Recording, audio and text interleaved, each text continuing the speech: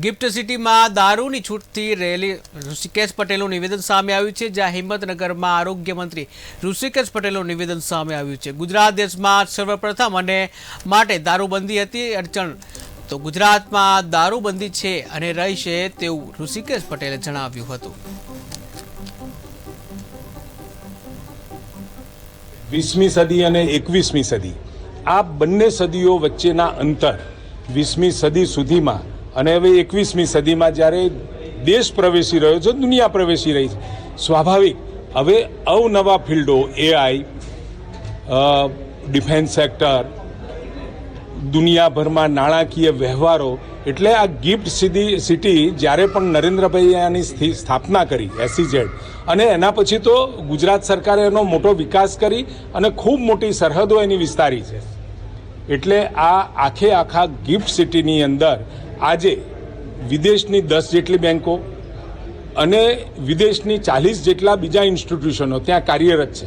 એટલે સ્વાભાવિક વિદેશમાંથી પણ ત્યાં લોકો વેપાર માટે આવતા હોય, બિઝનેસીસ માટે આવતા હોય, દેશમાંથી પણ લગભગ 400-450 જેટલી સંસ્થાઓ એટલે ઓફિસો ખુલી છે, એટલે દેશમાંથી પણ લોકો આવતા હોય। આ બધા લોકોને પોતાની લાઈફસ્ટાઈલ સાથે અનુકૂળ કરવા અને ઘણી વખતે તો હાઈ એન્ડ સ્કિલ જે માણસો ગુજરાતમાં આવતા હોય એટલે સ્વાભાવિક એમની જે લાઈફસ્ટાઈલ હોય, એમની જીવન જીવવાની પદ્ધતિની અંદર ક્યાંય ખલેલ ના પડે। અને ઘણી વખતે કેવું થાય કે ટેલેન્ટ તો ગુજરાતમાં આવી જાય, પરંતુ એ લાઈફસ્ટાઈલ એને અનુકૂળ ના થતાં એ ટેલેન્ટ ગુજરાત છોડીને બહાર જતું રહે।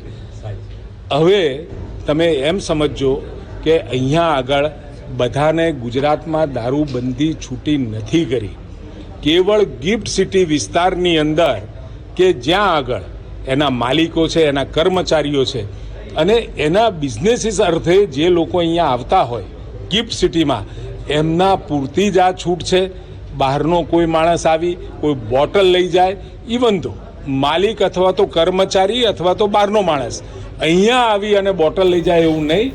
ડ્રિંક એન્ડ ડાઇન, જમો અને તમે તમારા બિઝનેસ રિલેટેડ વાતો એ તમે બેસી ચર્ચી અને વેપારમાં આગળ વધો। આ થીમ ઉપર ગુજરાતને પણ 21મી સદીમાં ભારતમાં સર્વપ્રથમ બનાવવાનું।